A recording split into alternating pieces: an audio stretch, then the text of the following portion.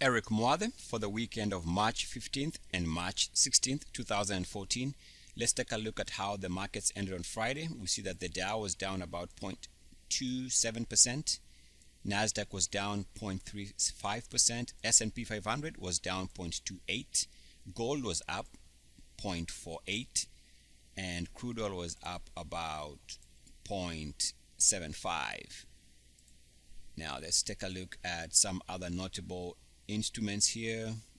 Really nothing. Natural gas was up about 1% right there. Silver was up about 1% also. So for the week, for the major averages, let's take a look at what happened here.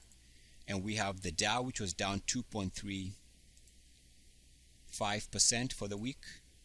You got the S&P 500, which was also down about 2% for the week. And more importantly, it closed below the previous buy point, so that's starting to look a little bit bearish there. And also the Nasdaq was down about 2% also. So let's go to the charts here and let's see what we have here. On the Nasdaq, we see that we are still trading above the 10-week moving average, but now we moved below 69.10 and also broke below this support line here. So I think this is starting to look like a serious setup to the downside here. So we broke below that trend line. You can see it very clearly on that chart, but there's a trend break there. If you go to the Nasdaq Daily, you see that we are resting exactly at the previous buy point of 42.43. So this is why we were expecting on a daily chart for the market to either find support or break down, and we close exactly at that level. So we'll see what happens. And all this began because the market made higher highs in price. We talked about this the last 2 weeks or so, and we were making lower levels on the technicals. So that negative divergence was exactly the reason, I think, from a technical standpoint, why the market is pulling back. If you go to the Nasdaq hourly chart, you see the same scenario here. We were making higher highs late February here, and the technicals did not confirm the strength in the market. So that was a trap, and now we see that we are getting this pullback, which makes a lot of sense. If you go to the Dow weekly, the Dow did not manage to break out. In fact, the Dow is one of the major averages that did not break out. In fact, 16,478 has turned into resistance. So that is not a good sign.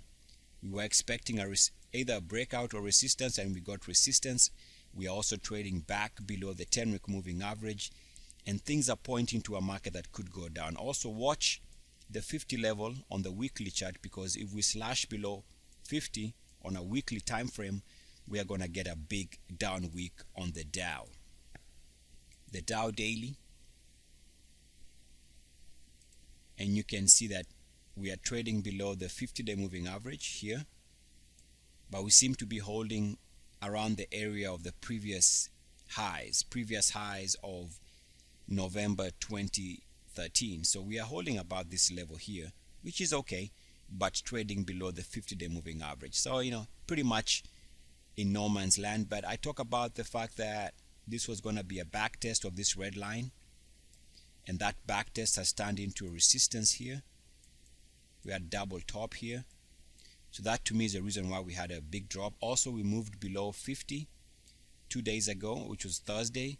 As we moved below 50, we had that big drop in the market, which again makes a lot of technical strength.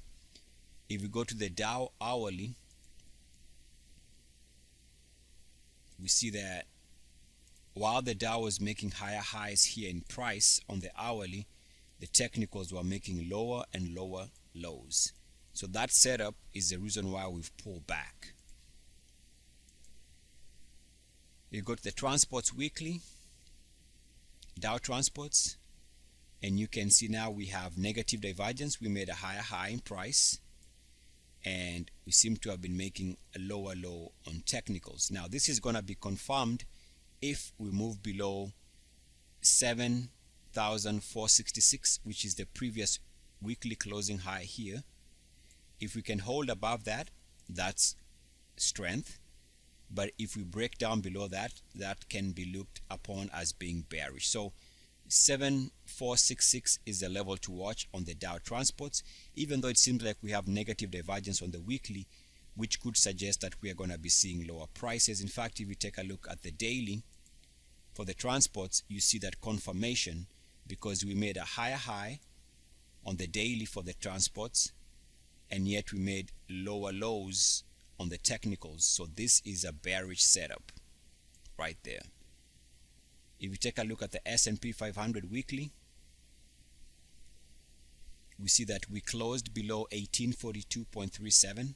So this breakout here has now officially failed. And also don't forget that we have again negative divergence, because we made a higher high in price and lower lows in technicals. And that could be the setup for a market that is eventually going to be going down. S&P 500 hourly, again same scenario. We made all-time highs on the hourly, and yet the technicals did not confirm that. So that was bearish. It took about 2 weeks for all this to resolve, and now we are getting that pullback in the market. If we take a look at the S&P 500 monthly, you see that as long as the S&P 500 is holding above 69.10 on the monthly, then this is still a strong looking market. One thing we have to watch is this break here. This RSI on the monthly connects to the lows of 09. If we break this RSI support, and if we move below 69.10, we are going to get a serious break in the market, just like we had a serious break here in 08. We had a break of this trend line in 08, and could be the reason technically why we had this major drop in 2008, 2009. What I'm saying is, if we break again here, don't be surprised if we see a major drop on the RSI and a major pullback on the price for the major world and US markets. Let's take a look at the QQQ daily. And on the QQQ daily here, I talked about the fact that we were making higher highs in price, but the technicals were setting up for a pullback because they did not confirm that. In fact, the technicals did not move above 61.8, which is a trap. Once you get negative divergence, when you get a higher high, but the RSI does not move above 61.8, that is a major sell signal. Okay. Also, this blue line here has been support going back to 2012, and now we seem to have broken that trend line. So it's starting to look like this is more and more a serious pullback, and not your garden variety shallow pullback and back to new highs. Seems to me that this is a serious pullback. More than likely over time we are going to be looking back and saying, remember the highs we were looking at in 2014, because those highs are not going to be anywhere close. So we got to be careful here. This could be a serious type of a pullback.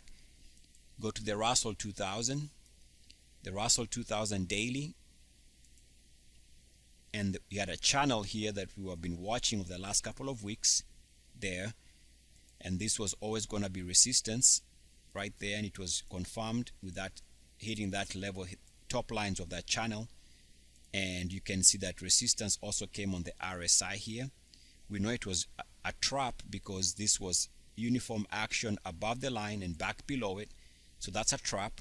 And now we are getting the pullback. More than likely we can see the next stop is probably going to be here, and probably a bounce, or maybe we just slash through that. I think this is now looking more and more like a serious pullback that we are facing here. If you take a look at the VXX weekly,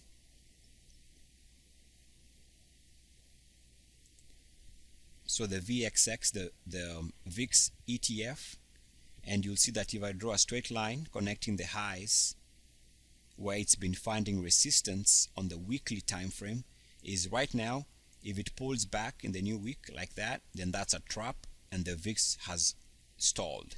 Okay, but if I take that off and I draw it different, if I draw it like this, if this thing continues breaking out to multi-year highs, then this is a different looking market. What I'm trying to say here is we need to be careful, because if the VIX, this is the VIX daily, if the VIX continues breaking out here and pushing high, it closed up about 10% Friday. If it continues moving higher, more than likely this is for a big move, because either it's going to stall. It's been stalling at this general area here, so the VIX is back at this stall point. Every time it's been stalling here over the last couple of, I'll call it the last 2 years or so, it stalled here, which was this highs, stalled here, which was that high, stalled here, which was this high, stalled here, this high, and stalled here and this high. Every time it stalls, it's been a nice time to get back into the general market. So right now we have a possibility of a stall here, which would suggest this would be the nice time to get back in the market. Now we have to be careful, because if it breaks out, then that's a different looking setup. If you take a look at the VIX weekly, and we see that over the last couple of weeks, it's confirmed that it's been stalling around this level here. So about 1890. So watch 1890 on the VIX. Anything above 1890 on the VIX is going to be very bearish. So watch 1890 on the VIX, because this is the highest weekly closing high going back to summer of 2013. Any breakout above that is bullish for the VIX, bearish for the general market. So let's take a look at Apple here, AAPL. I just want to point out a couple of things. Of course, we've been talking about this resistance on the top lines there, okay? But now be careful here if you're long, because if it breaks below 50 on the weekly RSI, it could have a serious pullback. So watch 50 on the RSI there. Anything below 50 could suggest a big down week. And you take a look at the daily for Apple as I conclude here. Now this video is about more than an hour long. I've already recorded the other half and before I recorded this part. So if you want to watch the remaining 40 minutes or so, 45 minutes or so, log on and to watch that. But you'll notice that this one is stalling around these current levels here, top lines resistance, and also notice how it's been behaving over the last couple of weeks. It goes above the 50-day moving average, back below it. Goes above the 50-day moving average, back below it. That to me is a sign of a stock that is losing strength. So my thinking here is, as long as this one is trading below the 50-day moving average, more than likely we get continued push lower. So I think this one, to me, unless it can break out above this declining top lines, looks like it's setting up to go lower. So Eric Moade, for the guys who are on the free part of this video, this concludes this. For subscribers, let's continue on. You have another 45 minutes to watch, including some stock picks.